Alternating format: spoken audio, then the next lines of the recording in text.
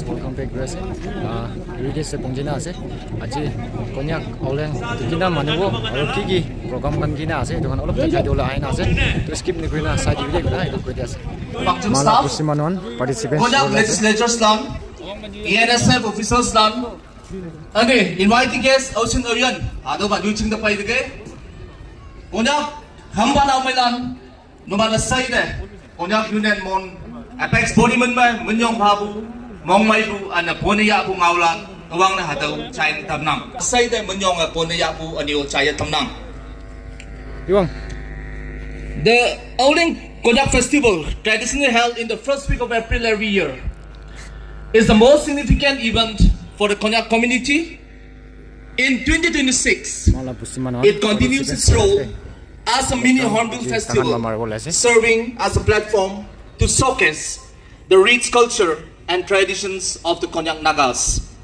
It also signifies the welcoming of the new year, marking the end of the sowing season and the arrival of spring. Aoleang also means praying to the supreme power, Kawang, for a bountiful harvest and community prosperity. This morning, I, on behalf of the Konyak Unit and Konyak community, take this privilege to welcome each one of you. A warm and traditional welcome is extended to all the distinguished guests, dignitaries, and international friends attending the Konyak Aoleang Festival, come Mini Hornbill Festival, here at Konyak Heritage Village, Mon Nagaland. Firstly, I would like to take this privilege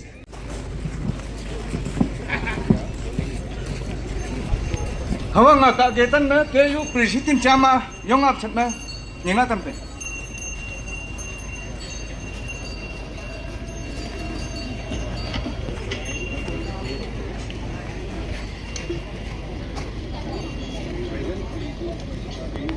Konyak chan udio ha meeting ha na konyak kiam devan na aga chamla aga hong ngau la nya khai la aku dei.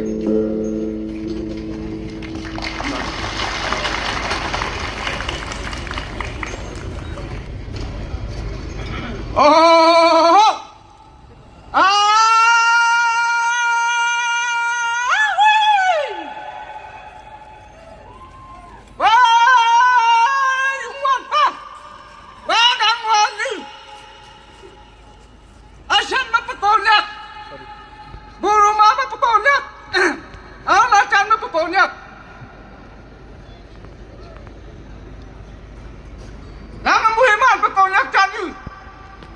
Udah apa cepet?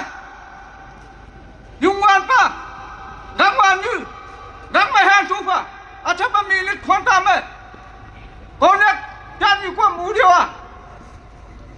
Liên như hai nan pa, dang han hai nan pa, chu mai wan khao pa, mi như sa mai ngai pa, mi pa na mai ngai pa. Konyak chan như chan den me, Burma country me, India country me, habua sangla. Vui apa? Konyak chandan. Vui như hamai ngai pa. Vui pa hamai ngai pa. Ani meke. Konyak chan như sepan. Yungwan pa lang lam vui pa. April 1 to 6 gang phule. Konyak chan như le. Apu ame. Apa ame. Wan chu. Konyak laman pa. Nagaland me pakuam te Konyak man pu sekam puam te wan mui himan jupa uno wa sangkai dia we Konyak chan ni te nama mui himan pa hawan ni me won me hapua sangla hawan ni gu ya pa Konyak chandan chuku hamai ngai pa lupa hamai ngai pa ani pa 2026 uno pa phai chame Konyak chan ni me di pa ma pa mui atatam Hapa hapa, cimai lima pa, muhiman pa, Konyak chan như hay là quân te, Yungwan lang muhiman pa, le Yungwan te, Konyak chan như chân pe, chumai lama, jubio, dangwan như Yungwan pa, Konyak chan như quân te, muhiman pa, Thứ sư Konyak chan như, thứ sư Konyak chan như, thank you.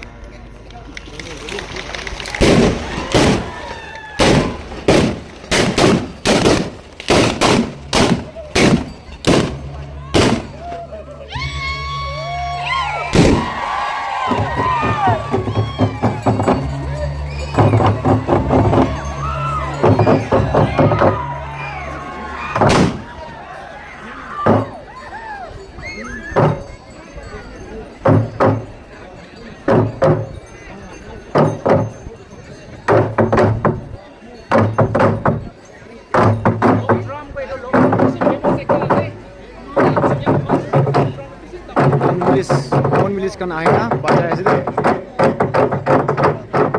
Konyak Aoleang festival mon village kan ase program gero mon town kan ge dina ase ulibe mohan aina mase mon village mon town do edu kane mohan ai jai na mohan bra mana ase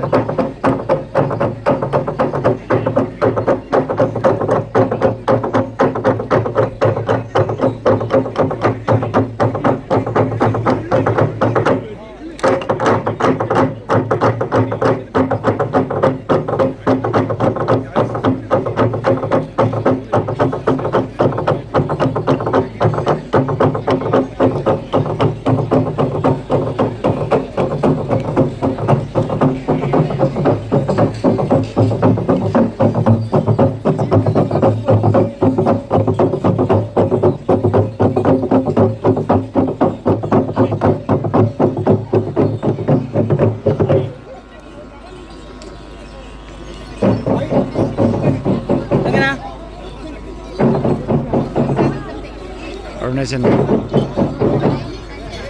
wancho kan ase de